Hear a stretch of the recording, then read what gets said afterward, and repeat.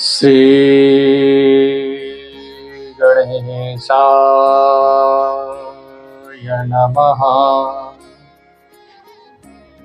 श्री सरस्वत्यै नमः। श्री गुरुचरणकमलेभ्यो नमः। श्री मातृपितृचरणकमलेभ्यो नमः। वर्णानामर्थसङ्घानां रसानां छन्दसामपि मङ्गलानां च कर्तारो वन्दे वाणी विनायकौ। भवानी शंकरो वन्दे श्रद्धा विश्वासरूपिणो।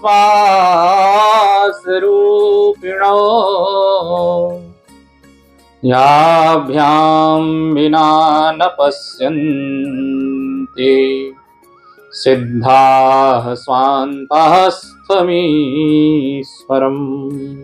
ध्येयं सदा परिभवग्नमभीष्टदोहम्। तीर्थास्पदं शिवविरञ्चिनुतं शरण्यम्। भृत्यार्थिहं प्रणतपालभवाब्धिपोतम्। वन्दे महापुरुषते चरणारविन्दम्। नारायणं नमस्कृत्य नरं चैव नरोत्तमं। देवीं सरस्वतीं व्यासं ततो जयमुदीरयेत्। भक्ति भक्त भगवंत गुरु चतुरनाम वपुएक। इनके पद वंदन किए तो नाशत विघ्न अनेक। बोलिए भूत भावन भोलेनाथ की जय। श्री श्याम सदा शिवाय नमः। नीलकंठाय नमः। अनंत कोटि ब्रह्मांड नायक देवादिदेव महादेव और जगत जननी माता माँ भवानी शारदा के श्री चरणों में बारंबार इस दास का प्रणाम है। श्रावण के अलौकिक मास में हम सब एक साथ शिव महापुराण कथा यात्रा में भ्रमण कर रहे हैं। मैं उन सभी सनातनियों और शिव भक्तों को सादर वंदन करता हूं और प्रणाम करता हूं। इस दास का आप सभी प्रणाम स्वीकार करें। हम सब ने अभी तक बड़ी रोचक कथाओं को सुना और पीछे के अध्यायों का वर्णन सुना, जिसमें कि हम सब ने सृष्टि स्थिति आदि 5 कृत्यों को जाना, पंचाक्षर मंत्र की महत्ता को जाना, शिवलिंग की स्थापना और उसके लक्षण को सुना और आगे पुण्य क्षेत्रों का वर्णन किया है और चेतावनी भी दी है। क्या चेतावनी दी है? तीर्थे क्षेत्रे सदा कार्यम स्नान दान जपादिकम्।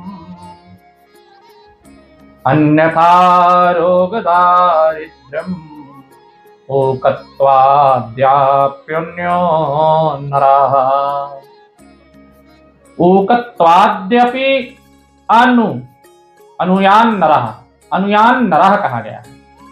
कहने का मतलब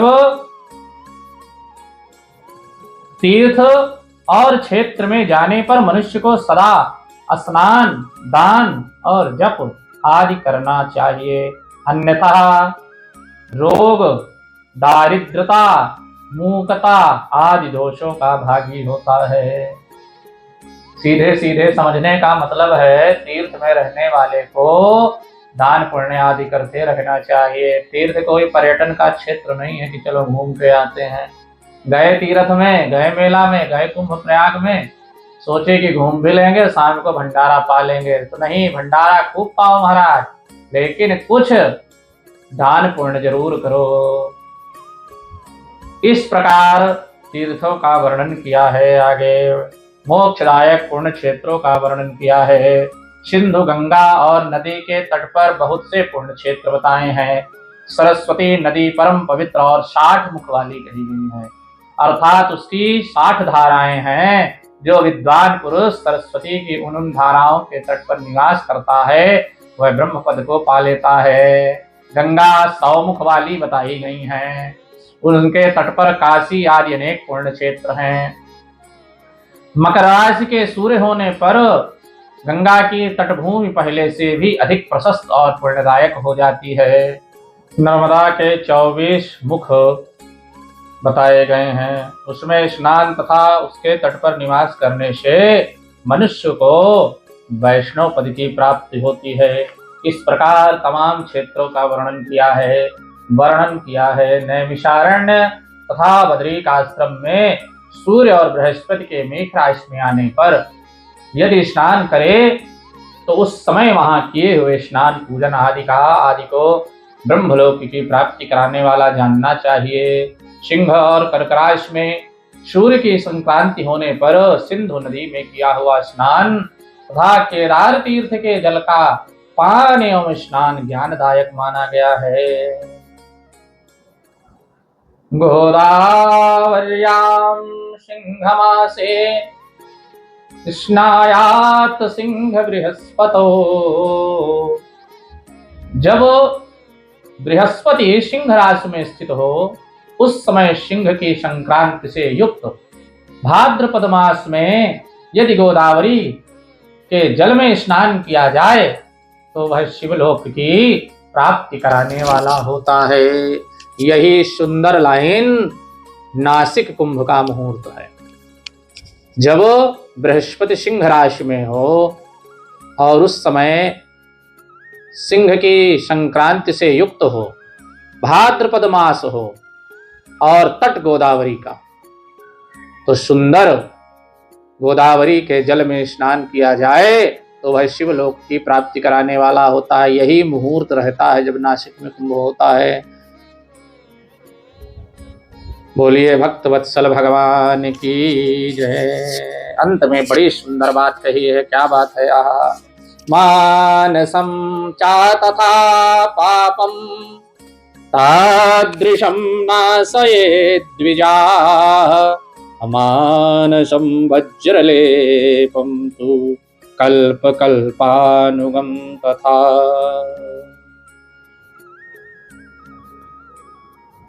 हे ब्राह्मणों, तीर्थ वास जनित पुण्य जो है कायिक, वाचिक और मानसिक सारे पापों का नाश कर देता है। तीर्थ में किया हुआ मानसिक पाप वज्रलेप के समान होता है, वह कई कल्पों तक पीछा नहीं छोड़ता है। ध्यान देने योग्य बात है ये। तीर्थ में रह करके पाप नहीं करना चाहिए। जिस प्रकार आप देखते होंगे जहां गंगा बहती वहां के लोग भले न नहाएं, लेकिन बाहर के आके नहा के चले जाते हैं, और तीर्थ वाले को तो भान ही नहीं रहता कि हम तीर्थ के वासी हैं। तीर्थ में निवास करने वाले को पाप करने से बचना चाहिए, नहीं तो वज्र के लेप के समान वह पाप हो जाता है, कई कई कल्पों तक छूटता नहीं है। ध्यानादेव हि पंस्यान् नान्यथा नासमृच्छति वाचिकं जपजालेन कायिकं कायशोषणात् दानाद्धन कृतं नानस्येन् नान्यथा कल्पकोटिभिः क्वचित् पापेन पुण्यं च वृद्धि पूर्वेण नश्यति। बहुत ध्यान देकर सुनने वाली बातें यहाँ लिखी हैं। पाप केवल ध्यान से ही नष्ट होता है। ध्यानादेव हि तन् नश्येन नान्यथा नाश मृक्षति। अन्यथा नष्ट नहीं होता। वाचिक पाप जप से, कायिक पाप शरीर को सुखाने से माने तपस्या करने से, कठोर तप से नष्ट होता है शारीरिक पाप। कहने का मतलब यदि हमने वाणी से कोई पाप किया है तो वह जप करने से मुक्त होगा, छूटेगा, वह पाप समाप्त होगा। यदि शरीर के द्वारा कोई हमसे पाप हुआ है तो कठोर तपस्या करनी पड़ेगी, शरीर को तप से गलाना पड़ेगा, सुखाना पड़ेगा। किंतु मानसिक पाप ध्यान से ही नष्ट होता है। इसलिए पहले गुरु का ध्यान करें नित्य, और फिर अपने इष्ट का जरूर नित्य ध्यान करना चाहिए, क्योंकि गुरु ही इष्ट तक पहुंचने का मार्ग है, वही सीढ़ी है। गुरु के द्वारा ही तो इष्ट का मंत्र मिलता है। इसलिए पहले गुरु का ध्यान करना है, फिर इष्ट का ध्यान करना है। और इस प्रकार बड़ी सुंदर बात यहाँ लिखी है। धनोपार्जन में हुए पाप दान से नष्ट होते हैं। कभी कभी अतिशय मात्रा में बढ़े पापों से पुण्य भी नष्ट हो जाते हैं। पुण्य और पाप दोनों का बीजांश, वृद्ध्यंश और भोगांश होता है। बहुत ध्यान से सुनिएगा। बीजांश चैव वृद्ध्यंशो भोगांश पुण्य पापयोः अज्ञाननाशयो हि बीजांशो वृद्धि रुक्त प्रकारतः। बीजांश का नाश ज्ञान से और वृद्ध्यंश का ऊपर लिखे प्रकार से माने कि ध्यान से, तथा भोग्यांश का नाश भोगने से होता है। अन्य किसी प्रकार से करोड़ों पुण्य करके भी पाप के भोगांश नहीं मिट सकते। भोगांशो भोगनाशस्तु नान्यथा पुण्य कोटि भी बीज प्ररोहे नष्टे तु शेषो भोगाय कल्पते। बीज के अंकुरित हो जाने पर उसका अंश नष्ट होने पर भी शेष पाप भोगना ही पड़ता है। देवानां पूजया चैव ब्राह्मणानां च दानतः तपोधिक्याच्च कालेन भोगः शह्यो भवेन्नृणाम्। स्मात् पापम् अकृत्येव अकृत्वेव वस्तव्यम सुखमिच्छिता। इसलिए सुख चाहने वाले व्यक्ति को पापों से बचकर ही तीर्थ करना चाहिए।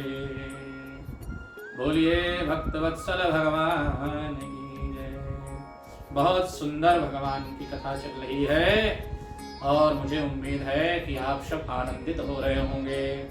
आइए अब हम लोग सदाचार की बात जानते हैं। सदाचार किसको कहते हैं? सदाचार ही जीवन में आ जाए तो जीवन धन्य हो जाए। आचारः परमो धर्मः। आचार प्रथम धर्म कहा गया है। सबसे श्रेष्ठ धर्म सदाचार ही। आचारहीनम न पुनन्त वेदाः। सत्पुरुषों के द्वारा किया गया आचरण ही सदाचार है। सत्पुरुषों के द्वारा किया गया आचरण ही क्या है? सदाचार है। सूत उवाच सदाचार्युतो विद्वान् ब्राह्मणो नामतः वेदाचारयुतो विप्रो हृतैरेकैकवान् द्विजः। सूत जी बोले, हे ऋषियों, सदाचार का पालन करने वाला विद्वान ब्राह्मण ही वास्तव में ब्राह्मण नाम धारण करने वाला अधिकारी है। सदाचारी नहीं है तो वह ब्राह्मण नहीं है। जो केवल वेदोक्त आचार का पालन करने वाला है उस ब्राह्मण की विप्र संज्ञा कही गई। ध्यान से सुनिएगा। सदाचार, वेदाचार तथा विद्या, इनमें से एक एक गुण से ही युक्त होने पर वह द्विज कहलाता है। जिसमें स्वल्प मात्रा में ही आचार का पालन देखा जाता है और जिसने वेदाध्ययन भी बहुत कम किया है तथा जो राजा का सेवक है उसे क्षत्रिय ब्राह्मण कहते हैं। जो ब्राह्मण कृषि तथा वाणिज्य कर्म करने वाला है और कुछ कुछ ब्राह्मणोचित आचरण का भी पालन करता है, वह वैश्य ब्राह्मण है। तथा जो स्वयं ही खेत जोतता है वह शूद्र ब्राह्मण कहा गया है।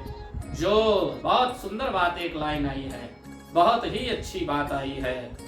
भले ब्राह्मण हो तुम, ब्राह्मण कुल में जन्म लिया है, लेकिन इस लाइन को सुनना बहुत आवश्यक है।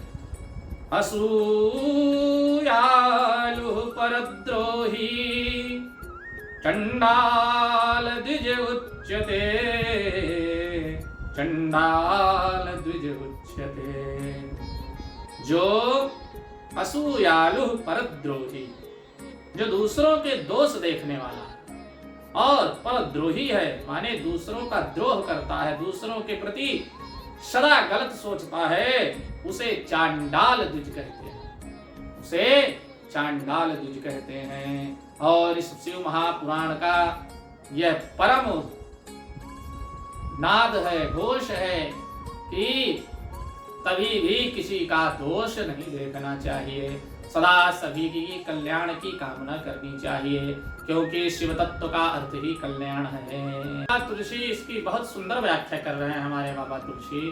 परहित सरिष धर्म नहीं भाई, परहित सरिष धर्म नहीं भाई, अपर पीड़ा नहीं अस अधमाई, पर पीड़ा नहीं अस अधमाई। यही वाक्य शिव महापुराण में है, सेम यही अर्थ है इसका। दूसरों के कल्याण, परहित धर्म, परहित दूसरे का हित ही सबसे बड़ा धर्म है, और कोई धर्म की परिभाषा हमारे यहाँ नहीं है। ये सनातन धर्म की सत्ता है, महत्ता है कि जो दूसरों का हित चाहे वह सनातन धर्म है। परहित सरिस धर्म नहीं भाई, और पर पीड़ा नहीं अस अधमाई।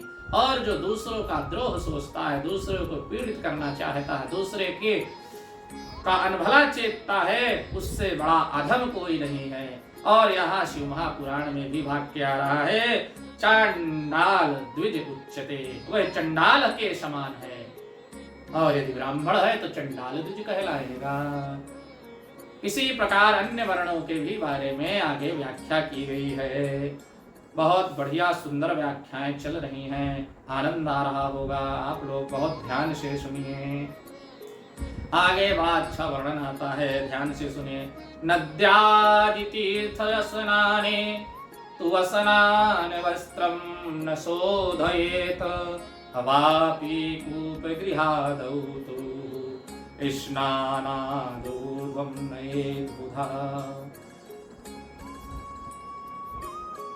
नदी आदि तीर्थ में स्नान करने पर स्नान संबंधी उतारे हुए वस्त्र को वहां न धोएं।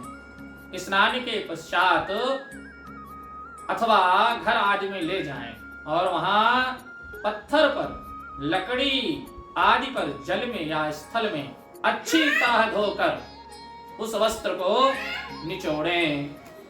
हे द्विजों, वस्त्रों को निचोड़ने से जो जल गिरता है वह पितरों की तृप्ति के लिए होता है। कितनी महत्वपूर्ण बात लिखी है, जो हम लोग अनभिज्ञ हैं। देखिए, इसीलिए कहा जाता है कि जो भी प्रश्न हो आपके और जिनका उत्तर हमको न मिल रहा हो तो शिव पुराण सुनिए। ये शिव महापुराण इसीलिए मैं बार बार हर भाग में ये कहता हूँ, यह जीवन जीने की संहिता है, यह मनुष्य का धार्मिक संविधान है। कितनी महत्वपूर्ण बात लिखी है कि क्यों नहीं धोना चाहिए। आगे तो पवित्र जल है, अमृत द्रव्य है, द्रव है जो बह रहा है माँ गंगा का, और उसमें यदि हम वस्त्र निचोड़ रहे हैं तो कितना बड़ा धर्म कर रहे हैं। और उसका लाभ देखिए, वहां न निचोइए और उसको ले आकर के पटक पटक कर धुलिए, लकड़ी से धुलिए, खूब जितना उससे जल निचोड़ सके निचोड़ लीजिए। किंतु आज का तो विडंबना ये है भगवान कि आज तो वॉशिंग मशीन का युग आ गया है, उसी में धो लेते हैं, उसी में सुखा लेते हैं, तो का पितर जल पी करके तृप्त होंगे। कितनी सुंदर बात लिखी है कि उस तीर्थ से लौटकर गीले हुए जो वस्त्र आ रहे हैं लौट करके, उन वस्त्रों को निचोड़ने से जो जल गिरता है वह पितरों की तृप्ति के लिए होता है। बोलिए भक्त वत्सल भगवान की जय। अब आगे ब्राह्मणों के लिए लिखा है, लक्ष्य द्वादश युक्तस्तु पूर्ण ब्राह्मणैरितः गायत्र्या लक्ष्यहीनं तु वेद कार्ये न योजयेत्। 12 लाख गायत्री का जप करने वाला पुरुष पूर्ण रूप से ब्राह्मण कहा गया है। अब बताओ महाराज, है कोई ब्राह्मण? कहाँ मिलेंगे 12 लाख गायत्री जपने वाले? जिस ब्राह्मण ने 1 लाख गायत्री का भी जप न किया हो, कितनी महत्वपूर्ण बातें हैं यहाँ। अब बताओ, 12 से सीधे 1 पर ला दिया व्यास जी ने। कह रहे हैं कि जिस ब्राह्मण ने 1 लाख गायत्री का भी जप न किया हो, उसे वैदिक कार्य में न लगावें, उनसे कर्मकांड आदि कराने से बचें। और लिखा है, आसक्तेस्तु नियम पंचा पश्चात प्रव्राजनम चेत अप्रातर द्वादशसहस्रम प्रव्राजी प्रणवम जपेत। 70 वर्ष की अवस्था तक नियम पालन पूर्वक कार्य करे, इसके बाद गृह त्याग कर संन्यास ले ले। ये गृहस्थी के लिए नियम है। इस प्रकार यह कार्य करना चाहिए। यदि एक दिन नियम का उल्लंघन हो जाए तो दूसरे दिन उसके बदले में उतना मंत्र और अधिक जपना चाहिए। सोचिए कितना नियम लिखा है ब्राह्मणों के लिए। इस प्रकार जप को चलाने का प्रयत्न करना चाहिए। यदि क्रमशः 1 मास का उल्लंघन व्यतीत हो जाए तो 1.5 लाख जप करना चाहिए, और इससे अधिक समय तक नियम का उल्लंघन हो जाए तो पुनः नए सिरे से गुरु से नियम धारण करना चाहिए। ऐसा करने से दोषों की शांति होती है, अन्यथा उस व्यक्ति को रौरव नरक में वास करना पड़ता है। बोलिए आशुतोष भगवान की जय। सत्संगात् सर्वमेतद् वैना नराणां जायते द्विजाः धन धान्यादिकं सर्वं देयं वे गृहवेदिना। इसके पहले इस मंत्र की व्याख्या करूं, उसके पहले एक बड़ा सुंदर 2 मंत्र हैं, श्लोक हैं। निष्कामः शुद्धिमाप्नोति शुद्ध्या ज्ञानं न संशयः कृतादौ हि तपः श्लाघं द्रव्यधर्मः कलौ युगे। सतयुग आदि में तप को ही प्रशस्त कहा गया है, किंतु कलियुग में द्रव्य साध्य धर्म अच्छा माना गया है। सतयुग में ध्यान से, त्रेता में तपस्या से और द्वापर में यज्ञ करने से ज्ञान की सिद्धि होती है। पर कितना सरल कलियुग में कर दिया गया है। कलियुग में प्रतिमा अर्थात भगवान का जो विग्रह स्वरूप मंदिरों में स्थापित है, हमारे घरों में है, उसी की पूजा से लाभ हो जाता है। और जिसका जैसा पुण्य या पाप होता है उसे वैसा ही फल प्राप्त होता है। ये बहुत सुंदर देखिए सुनने को जानने को मिला। कलयुग में केवल भगवान की सेवा से ही मुक्ति मिल जाएगी। और गृहस्थाश्रमी को धन धान्य आदि सभी वस्तुओं का दान करना चाहिए, ये भी लिखा है। यदि अपना हित चाहने वाले गृहस्थ को जिस काल में जो फल अथवा धान्य आदि वस्तुएं उत्पन्न होती हैं उसे ब्राह्मणों को दान देना चाहिए। जिस काल में जिस ऋतु में जो वस्तु उत्पन्न हो उसे ब्राह्मण को दान देना चाहिए। इतना सुंदर वर्णन है यहाँ पर। दान की बहुत बड़ी महिमा कही गई है। बोलिए भक्त वत्सल भगवान की जय। आत्मवित्तम त्रिधा कुर्यात् धर्म वृद्ध्यात्म भोगतः नित्यं नैमित्तिकं काम्यं कर्म कुर्यात् धर्मतः। धन के 3 भाग किए गए हैं। एक भाग क्या है? धर्म के लिए। दूसरा भाग अपने व्यापार आदि कर्म आदि को वृद्धि करने के लिए है। और तीसरा भाग जो है उसको उपभोग करना है अपने ऊपर। नित्य नैमित्तिक और काम में ये 3 प्रकार के कर्म धर्मार्थ रखे हुए धन से करें। साधक को चाहिए कि वह वृद्ध के लिए रखे हुए धन से व्यापार करे जिससे उस धन की वृद्धि हो, तथा उपभोग के लिए रक्षित धन से हितकारक परमित एवं पवित्र भोग भोगे। शुद्ध प्रतिगृहे देयं चतुर्थांसं द्विजोत्तमैः अकस्मादुत्थिते अर्थे देयम् अधर्मं द्विजोत्तमहि, देयमधर्मं द्विजोत्तमहि।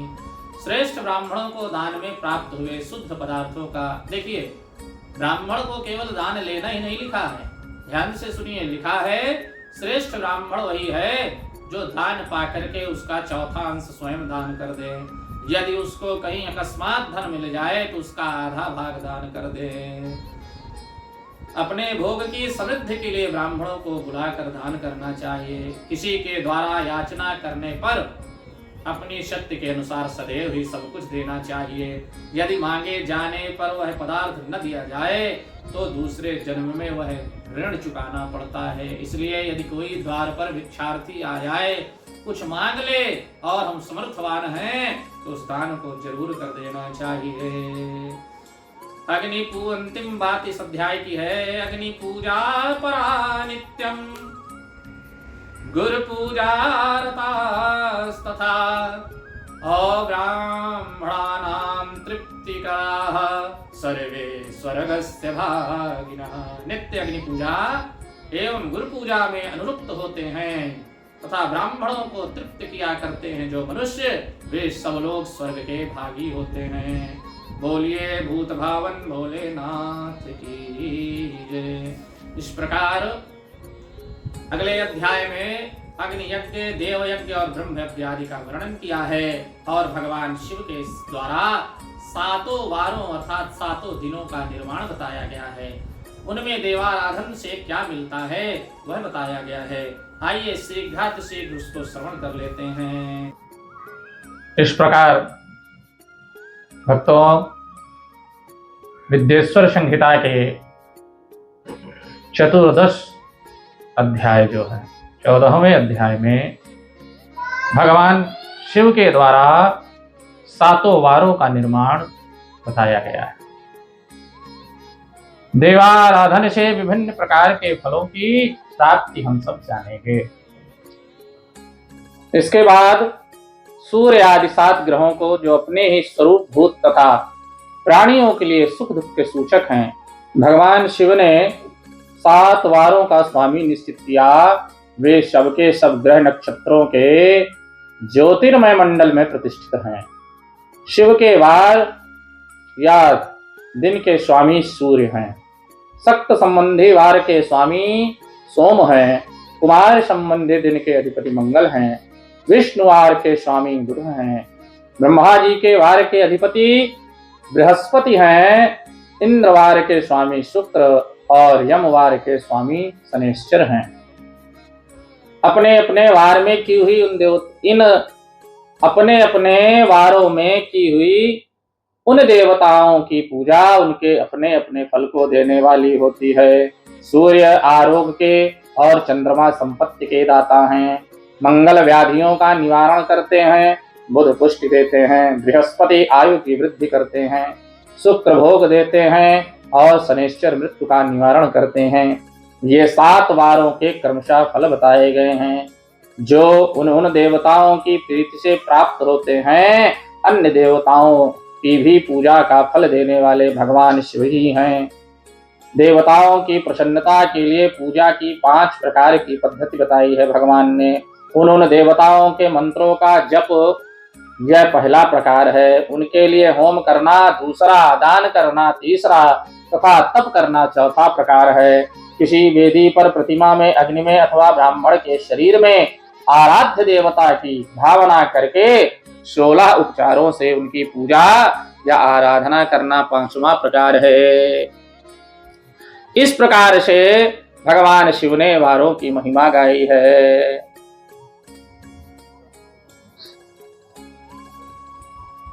अंत में भगवान ने बड़ी सुंदर बात लिखी है। निर्धन मनुष्य तपस्या द्वारा और धनी धन के द्वारा देवताओं की आराधना करे, वह बार बार श्रद्धा पूर्वक इस तरह के धर्म का अनुष्ठान करता है और बारंबार पुण्य लोकों में नाना प्रकार के फल भोग कर पुनः इस पृथ्वी पर जन्म ग्रहण करता है। जो इस अध्याय को सुनता है, अध्याय को पढ़ता है अथवा दूसरों को सुनाता है, उसे देव यज्ञ का फल प्राप्त होता है। बोलिए भूत भावन भोलेनाथ की जय। अब बड़ा सुंदर देश काल पात्र और दान आदि का विचार बताया गया है। सूत उवाच शुद्धम गृहं समफलम देवयज्ञादि कर्मसु। सूत जी बोले, हे महर्षियों, देवयज्ञ आदि कर्मों में अपना शुद्ध गृह समान फल देने वाला होता है, अर्थात अपने घर में किए हुए देवयज्ञ आदि शास्त्रोक्त कर्म फल को सम मात्रा में देने वाले होते हैं। ततो दश गुणम गोष्ठम जलतीरम ततो दश गुणम बिल्व तुल्यस्य अश्वत्थमूलकम। अब आपको आगे समझना है, गौशाला का स्थान घर की अपेक्षा 10 गुना है। 10 गुणम गोष्ठम, और जल तीरम ततो 10, और जलाशय का तट उससे भी 10 गुना महत्व रखता है। तथा जहां बेल, तुलसी, पीपल वृक्ष का मूल मिल जाए, जड़ मिल जाए, या उसके निकट ही बैठने को मिल जाए, तो वह स्थान जलाशय से भी 10 गुना अधिक फल देने वाला है। देवालय को उससे भी 10 गुना महत्व माना गया है। तीर्थ भूमि का तट देवालय से भी 10 गुना महत्व रखता है, उससे 10 गुना श्रेष्ठ है नदी का किनारा, उससे 10 गुना उत्कृष्ट है तीर्थ नदी का तट, उससे भी 10 गुना महत्व रखता है सप्तगंगा नामक नदियों का तीर्थ। सप्तगंगा में गंगा, गोदावरी, कावेरी, ताम्रपर्णी, सिंधु, सरयू और नर्मदा हैं। इन 7 नदियों को सप्तगंगा कहा गया है। समुद्र के तट का स्थान इनमें से भी 10 गुना अधिक पवित्र माना गया है। और पर्वत के शिखा, कहने का मतलब पर्वत शिखर का प्रदेश समुद्र तट से भी 10 गुना माना गया है। 10 गुना पावन और पवित्र है। पर्वत की चोटी श्रृंखला सबसे अधिक महत्व का वह स्थान जानना चाहिए। अब भगवान व्यास जी ने वह सुंदर वर्णन किया है और सूत जी कह रहे हैं, सूत जी बोल रहे हैं, समस्त जगहों का आपने देखा बता दिया गया। अंत में बताया कि पर्वत की चोटी पर अगर बैठ करके कोई जब तप किया जाए तो उसका लाभ सबसे अधिक है। पहले प्राचीन काल में ऋषि आदि सब पर्वत श्रृंखलाओं पर ही, कंदराओं में ही जाके तप किया करते थे। किंतु अंत में बड़ी सुंदर बात कही है, सर्वस्मादधिकम ज्ञेयम यत्र वा रोचते मनः, यत्र वा रोचते मनः। इस लाइन पर विशेष ध्यान दीजिए। कहने का मतलब है जहां मन लग जाए, यहां तक देश का वर्णन कर डाले, उसके बाद आखिरी में कहते हैं जहां मन लग जाए, उससे उत्तम, उससे पवित्र, उससे अभीष्ट फल देने वाले से अधिक स्थान कोई और नहीं है। मान लीजिए आप इन स्थानों पर जहां जहां जिन देश कालों का वर्णन कर दिया, देश का वर्णन किया गया, इस जगह पर, इस जगह पर, इस स्थान पर, अमुक स्थान पर 10 गुना, अमुक स्थान पर 10 गुना, अमुक स्थान पर 10 गुना, पर्वत पर सबसे अधिक। किंतु यदि मन न लगा उस स्थान पर, तब क्या करेंगे? तब क्या करेंगे? तीर्थ में हो, चाहे नदी का किनारा हो, देवालय हो, पर्वत हो, शर्त कब है, फल कब होगा? जब मन लगेगा। इसीलिए लिखा है, सूत जी ने बोला है अपने मुख से, सूत जी की वाणी है, यत्र वा रोचते मनः, जहां मन लग जाए उससे सुंदर कोई भी स्थान, कोई भी देश नहीं है पुण्य कर कमाने के लिए। वहां मन लगना जरूरी है। इसीलिए बहुत से लोग एक युक्ति पकड़े हैं, मन चंगा तो कठौती में गंगा। इसका मतलब ये मत समझ लेना कि तीर्थ आदि समस्त देश जितने हैं पुण्य क्षेत्र सब किसी का मतलब के नहीं है। इन आलसियों ने इस युक्ति को पकड़ लिया है। मन चंगा बहुत गंभीर बात है, बहुत बड़ी बात है। मन चंगा तो कठौती गंगा, जिस संत ने भी कही है ये बात, वह बहुत ही उत्तम है, बहुत ही ऊंची बात कही है। मन चंगा कब होगा? जब हम इन सब तीर्थ स्थानों आदि का दर्शन करेंगे, पवित्र नदियों में स्नान करेंगे, धीरे धीरे हमारा मन धर्म की ओर अग्रसर होगा। मन को चंगा करने के ये सब माध्यम हैं, तब जाके मन चंगा होगा। जब हम इन सब मार्गों से गुजर कर आएंगे और मन की एक शांत स्थिति, शांतावस्था होगी, शांत होगा, धीर गंभीर होगा, सब जगह से घूम करके, और मन भगवान के चरणारविंद में जब लग जाएगा, तब जाके ये अवस्था जब हो, उस व्यक्ति को ये लाइन बोलनी चाहिए, मन चंगा तो कटौती में गंगा। मन चंगा कब होगा? जब हम ऐसे तमाम कथाएं सुनेंगे, सत्संग का सहारा लेंगे, तीर्थ आदि में भ्रमण करेंगे। सब ऐसे ही थोड़ी बना है, व्यर्थ थोड़ी है। लेकिन आलसी लोग कहते हैं कहीं नहीं जाओ, भीड़ बहुत है, मन चंगा तो कटौती में गंगा। मन चंगा करने के माध्यम है, पहले तो इन माध्यमों से होकर तो गुजरो, तब तो मन शुद्ध होगा। तो इसलिए सबका बहुत सुंदर वर्णन किया सभी तीर्थों का, इसीलिए अंत में कहा गया, फिर से कहता हूं, यत्र वा रोचते मनः, मन को जहां शांति मिले, जहां मन लगे, उस स्थान से पूर्ण क्षेत्र, पवित्र क्षेत्र और कोई नहीं है। अब आगे ये बताया जा रहा है किस युग में कितना फल मिलता है। सतयुग में यज्ञ दान आदि कर्म पूर्ण फल देने वाले होते, 100%, 100% फल की प्राप्ति होती थी सतयुग में। उसका कारण क्या था? उसका कारण था विश्वास। अंतःकरण में अत्यंत सहज और श्रद्धा थी। अंतःकरण में अत्यंत श्रद्धा थी और अत्यंत दृढ़ विश्वास था। क्या था? दृढ़ विश्वास था उस समय के जीवों में, सतयुग में। और सतयुग में दृढ़ विश्वास था, और विश्वास ही तो शिव है। श्रद्धा विश्वास रूपिणो, तो विश्वास ही शिव है।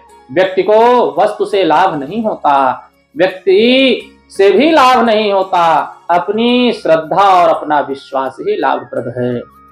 जिस प्रकार गंगा जी के प्रति श्रद्धा विश्वास जिसमें है, उसे गंगा स्नान का, गंगा दर्शन का और गंगा स्मरण का लाभ मिल जाता है, क्योंकि उसको विश्वास है उस जल में।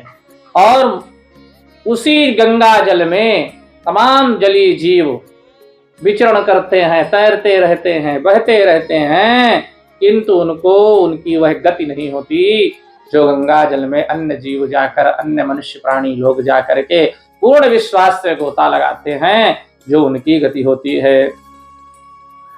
और वो उसी जली जीव, जो मछली है, कछुआ है, मगरमच्छ हैं, जो भी जली जीव हैं, उसको वो गंगा जल का महत्व ना समझते हैं और उसी जल में पड़े पड़े समाप्त हो जाते हैं। उनको गंगा जी का लाभ नहीं मिलता, चाहे साधारण पानी में रहें या गंगा जी के जल में रहें, बराबर है उनके लिए, क्योंकि उनमें क्या नहीं है? श्रद्धा और विश्वास नहीं है, वह पात्रता नहीं है। इस अभाव में वह उसमें पड़े ही रहते हैं। गंगा जी में जन्म लेने वाले को भी गंगा जी का लाभ नहीं मिलता। गंगा के स्मरण से अन्य जीव पवित्र हो जाते हैं और मोक्षदायक पद को प्राप्त करते हैं। ऐसा अमृत द्रव है गंगा जल, बड़ी महिमा है गंगा जल की। आइए बड़े सुंदर भाव से सुनते हैं। नाम लिए कितने तर जात, प्रणाम किए सुर लोक सिधारे। नाम लिए कितने तर जात, प्रणाम किए सुर लोक सिधारे। तीर गए तो तरे तो कहाँ, कितने तर जात तरंग निहारे। तीर गए तो तरे तो कहाँ, कितने तर जात तरंग निहारे। तरंगिनी तेरो स्वभाव यही, तरंगिनी तेरो स्वभाव यही। कवि के सब तोर में प्रण धारे। अभागीरथी हम दोष भरे, पे भरोसे यही की परोस तिहारे। भागीरथी हम दोष भरे, पे भरोसे यही की परोसो तिहारे। बड़ी सुंदर महिमा कवि केशव ने गाई है गंगा जी की, और कहा है तमाम जीव तर जाते हैं इस प्रकार से, तुम्हारे दर्शन मात्र से तुम्हारी लहरों के दर्शन कर लेते हैं, तुम्हारे तरंगों को निहार लेते हैं। क्यों तर जाते हैं? क्योंकि उनको विश्वास है और उन जीवों को विश्वास नहीं है। यही कारण था सतयुग में 100% फल मिलने का, क्योंकि उस समय के जीवों को 100% विश्वास था। त्रेता में श्रद्धा विश्वास 75% रह गया, इसलिए फल भी 75% मिला। फिर उसके बाद द्वापर में और घटा, 50% पर आ गया, तो फल भी 50% मिलने लगा। इसी प्रकार कलयुग आया, और कलयुग में तो क्या कहना है महाराज, श्रद्धा विश्वास तो लगता है ही नहीं। ये शब्दवय नहीं है मनुष्यों के शब्दकोश में, और चाहते हैं कि फल सतयुग से भी अधिक प्राप्त करें। और ना तो पूजा में विश्वास है, ना तो ब्राह्मण पर श्रद्धा है, ना देवालय पर श्रद्धा है, ना विश्वास है, और फल सतयुग का चाहते हैं। लेकिन कलयुग का महत्व भी नहीं जानते हैं। बाबा तुलसी ने तो बड़ा सरल शब्दों में बताया है, और कलयुग तो इतना उत्तम युग है कि सतयुग त्रेता द्वापर में तो तमाम यज्ञ आदि कर्म करने पड़ते थे, तब जाके फल मिलता था, किंतु विश्वास होता था। और अब बाबा ने क्या कहा, तुलसी बाबा ने, कि कलयुग में फल तो केवल नाम लेने मात्र से मिल जाए, लेकिन प्राणी विश्वास से तो नाम ले, विश्वास तो हो उसके अंदर, वही नहीं है। कल युग जोग ना यज्ञ ना ज्ञान, एक आधार राम गुण गाना। सब भरोस तजी जो भज राम, प्रेम समेत गाव गुण ग्राम। सोई भवतर कछु संशय नाही, अनाम प्रताप प्रगट कलि माही। कलि कर एक पुनीत प्रताप, मानस पुण्य होई नहीं पापा। बाबा कहते हैं कलयुग में ना तो योग और यज्ञ है और ना ज्ञान ही है, केवल राम का गुणगान ही एकमात्र आधार है।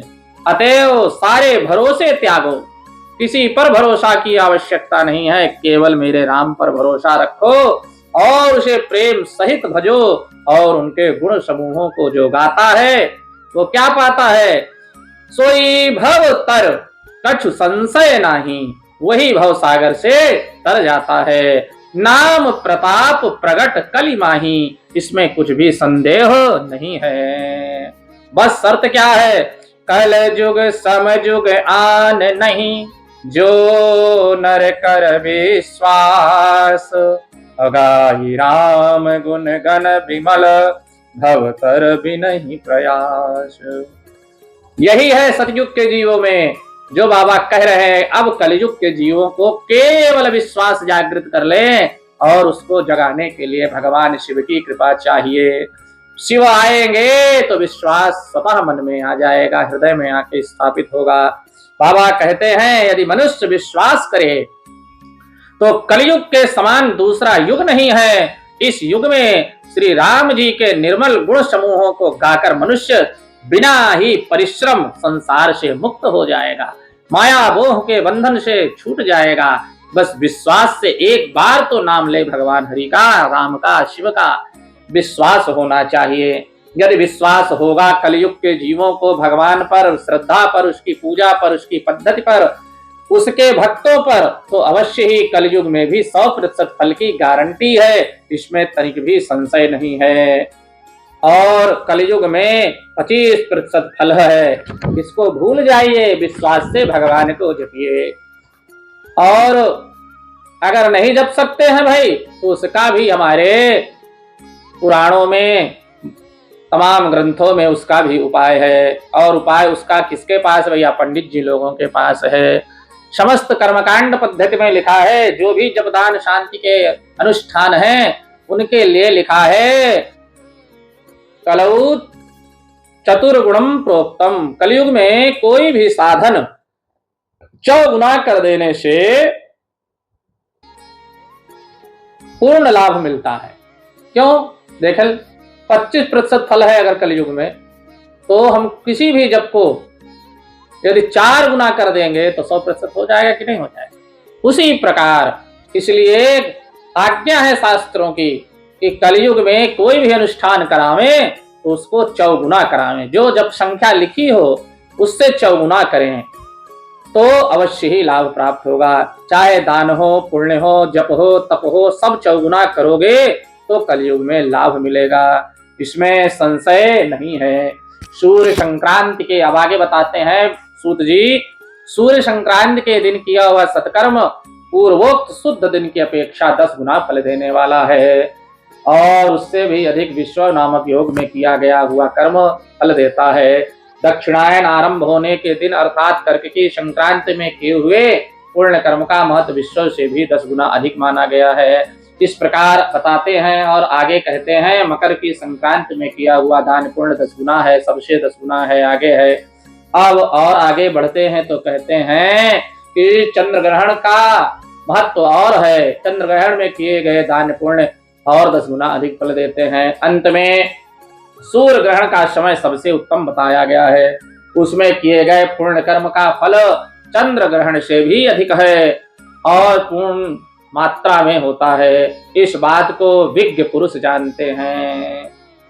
जगत रूपी, कैसे? देखिए भाव क्या है, जगत रूपी संसार, सूर्य क्या है? हमारी आत्मा है इस संसार की। सूर्य आत्मा जगतस्तु कस्य, सूर्य जगत की आत्मा है और सूर्य को राहु रूपी विश्व से संयोग जब सूर्य का होता है, इसलिए सूर्य ग्रहण का समय संपूर्ण चराचर जीव, सृष्टि जगत के संपूर्ण जीव प्राणियों को, चराचर जगत के जीवों को रोग प्रदान करने वाला होता है।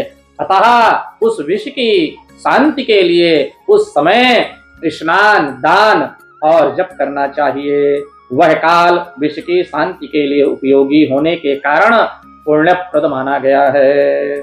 महताम संग कालश्च कोटर्कर्क ग्रहणम विदुः, परंतु महापुरुषों के संग का काल, वाह कितनी सुंदर बात कही गई है, बहुत सुंदर बात कही गई है। महताम संग कालश्च, महापुरुषों के संग का काल जो बताया गया है वो करोड़ों सूर्य ग्रहण के समान पावन है। अब बताइए, अगर संत महात्मा, यदि संत का सानिध्य मिल जाए, पुण्य आत्मा का सानिध्य हो जाए, महापुरुषों का संग हो जाए, तो वह समय, वह क्षण, वह काल करोड़ों सूर्य ग्रहण के समान पावन है, ऐसा ज्ञानी पुरुष मानते हैं। तपो निष्ठा ज्ञान निष्ठा योगिनो यतयस्तथा पूजायाः पात्र में ते ही पाप संकाक्षय कारणम। ये पूजा के पात्र हैं, तपोनिष्ठ योगी और ज्ञाननिष्ठ यति। अब आगे बात करेंगे पात्र की, कि भाई पात्र कौन है, कौन सा ब्राह्मण पात्र है, यह जानेंगे। आगे तो जानिए पात्र किसको कहते हैं। पतनात् त्रायत इति पात्रम शास्त्रे प्रयुज्यते, जो पतन से तार दे, जो पतन से बचा ले, जो गिरने न दे, अर्थात नरक में गिरने से जो बचाता है, उसके लिए पात्र शब्द का प्रयोग होता है।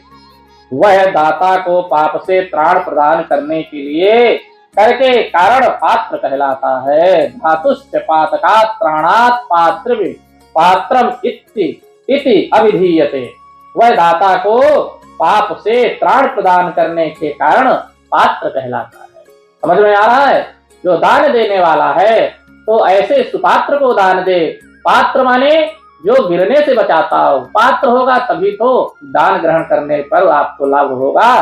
तो ऐसे सुपात्र को ही दान करना चाहिए, जो क्या करे, पाप से तार दे, ऐसे सुपात्र को दान करना चाहिए। अब आगे महिमा है, गायकम त्रायते पात्राद गायत्री उच्यते हिषा यथार्थहीनो लोकेस्मिन् परस्यार्थम न यच्छति। गायत्री, गायत्री का अर्थ है, गायत्री अपना गान करने वाले का अधोगत से त्राण करती है। कहने का मतलब गायत्री जो गाता है उसका त्राण होता है, इसलिए वह गायत्री कहलाती है। जैसे इस लोक में जो धनहीन है वह दूसरे को धन तो नहीं दे सकता, जो यहाँ धनवान है वही दूसरे को धन दे सकता है। उसी तरह जो स्वयं शुद्ध और पवित्र आत्मा है वही दूसरे मनुष्यों का त्राण या उद्धार कर सकता है। गायत्री जप शुद्धो ही शुद्ध ब्राह्मण उच्यते तस्मात् दाने जपे होमे पूजायाम सर्वकर्मणि। बड़ी सुंदर बात कही है। जो गायत्री का जप करके शुद्ध हो गया है वही शुद्ध ब्राह्मण कहा जाता है। इसलिए दान, जप, होम, पूजा इन सभी कर्मों के लिए वही शुद्ध पात्र है। ऐसा ब्राह्मण ही दान लेने तथा रक्षा करने की पात्रता रखता है। माने जो कर्मनिष्ठ गायत्री संध्योपासन से निष्ठ ब्राह्मण है वही कर्मकांड कराने के योग्य है, वही दान लेने तथा रक्षा करने की पात्रता रखता है। लेकिन एक बड़ी अच्छी बात आगे लिखी है, अन्नस्यम क्षुदितम पात्रम नारी नरमयात्मकम, नारी नरमयात्मकम। क्षुधा भोजन यदि किसी को कराना है तो उसमें पात्र की जरूरत नहीं है। किसी योग्य कर्मनिष्ठ ब्राह्मण को कराओ तो अति उत्तम है, लेकिन वहां पात्र की आवश्यकता नहीं बताई शास्त्र में।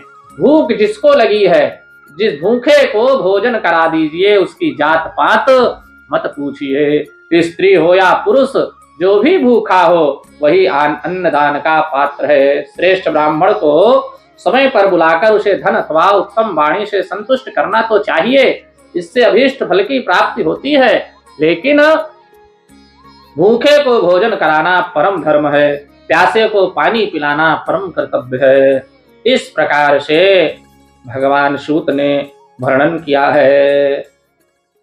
अब आगे वर्णन है, दशांगम अन्नम विप्रस्य भानुवारे तदन्नरः पर जन्मनि चारोग्यम 10 वर्षम समस्मृते। रविवार के दिन ब्राह्मण को दशांग अन्न देने वाला मनुष्य दूसरे जन्म में 10 वर्षों तक निरोग रहता है।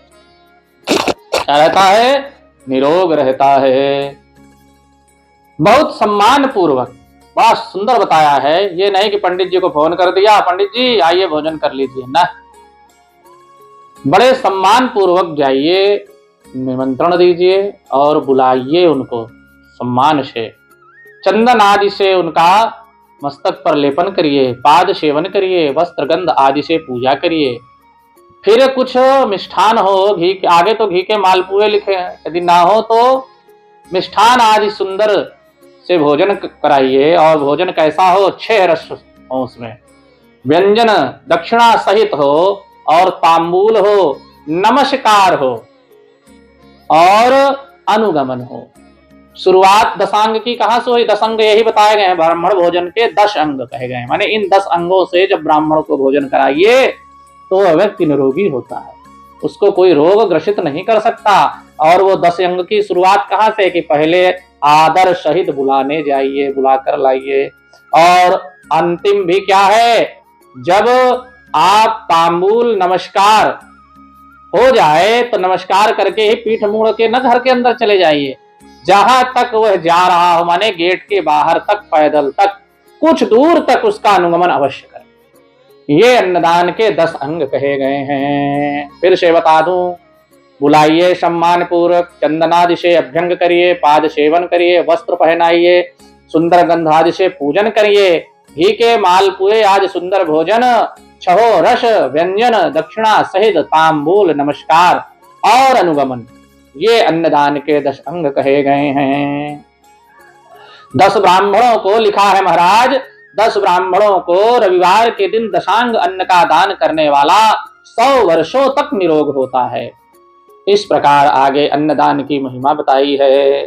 विद्या की कामना वाले मनुष्य को ब्रह्म बुद्धि से बालकों को दशांग अन्न का भोजन कराना चाहिए।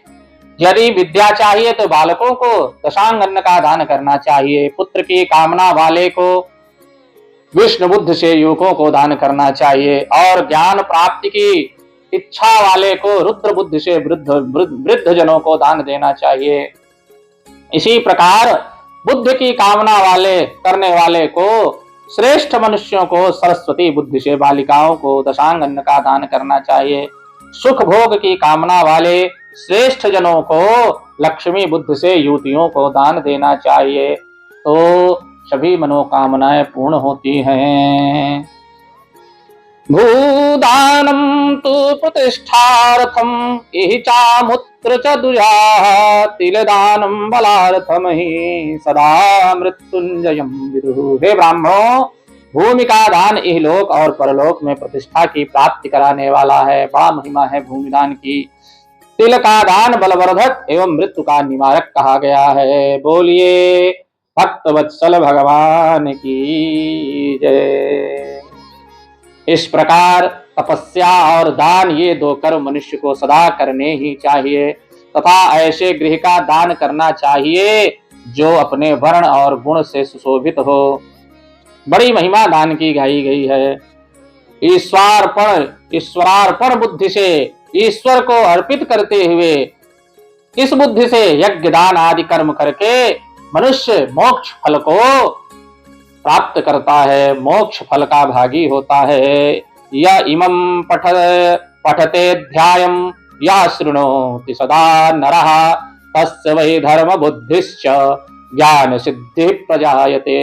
जो मनुष्य इस अध्याय का सदा पाठ अथवा श्रवण करता है उसे धार्मिक बुद्धि प्राप्त होती है तथा उसमें ज्ञान का उदय होता है। बड़ी सुंदर महिमा गा करके सूत जी ने बताया है। इस प्रकार इस भाग को हम यहीं पर विश्राम देंगे और भगवान शिव का आशीर्वाद ऐसे ही बना रहा तो यह कथा यात्रा आगे अग्रसर रहेगी, चलती रहेगी। आप सब इसी प्रकार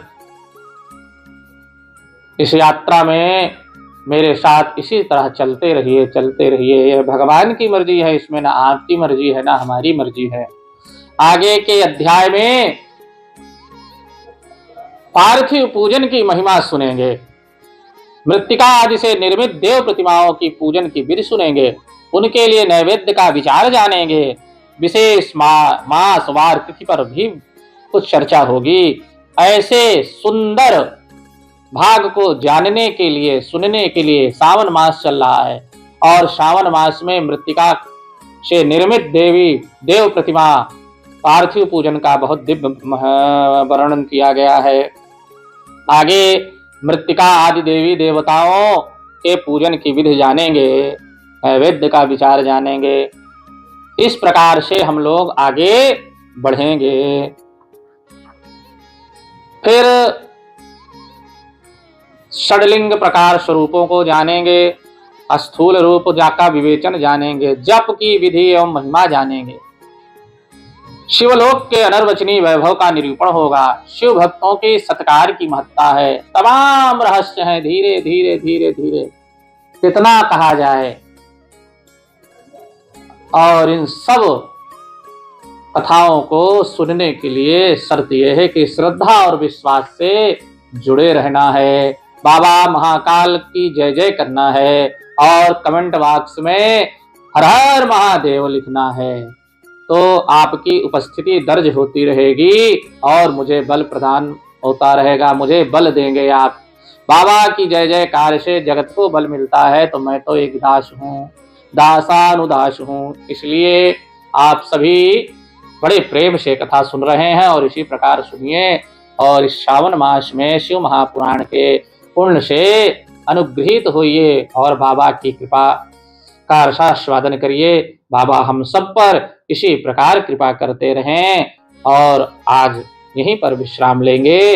बोलिए हर हर महादेव। महादेव। नमः पार्वती पतये हर हर महादेव।